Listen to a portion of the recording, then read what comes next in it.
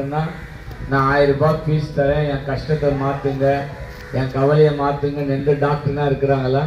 இல்லை எந்த கடைக்காரனா இருக்கிறாங்களா? கிடையாது. ஒருத்தர் இருக்கிறாரு, அவர் தான் கடவுள் இயேசு.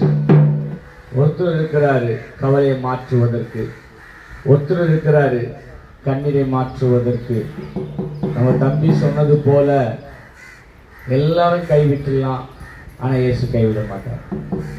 இது பேசுறதுக்கு மாத்திரம் நல்லா இருக்கும், நடக்குமான்னு நினைச்சீங்கன்னா உங்க உள்ளத்துல ஒரு சின்ன இடத்த கொடுத்து பாருங்க, நிச்சயமா இது நடக்கும். இது நடக்கும். அதுக்காக தான் ஆண்டவர் இயேசு 2000 வருஷத்துக்கு முன்னாடி சிலுவையில்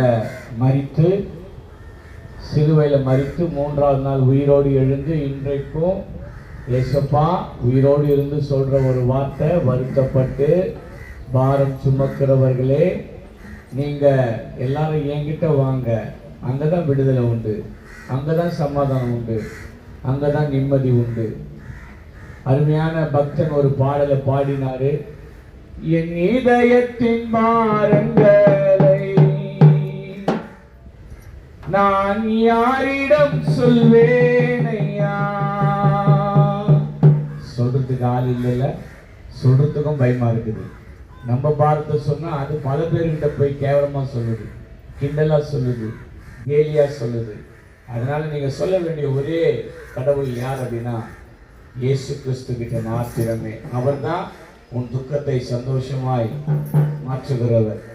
என் இதயத்தின் பாரங்களை நான் யாரிடம் சொல்வேன் ஐயா? உம்மை விட்டால் இந்த உலகில், உம்மை விட்டால் இந்த உலகில் யாரும் இல்லை என் இயேசையா, எனக்கு யாரும் இல்லை என் இயேசையா. நெஞ்சமே நீ அஞ்சிடாதே, நெஞ்சமே நீ கலங்காதே, தஞ்சமே இயேசு உண்டு, துன்பங்களில் அஞ்சிடாதே, நெஞ்சமே நீ அஞ்சிடாதே.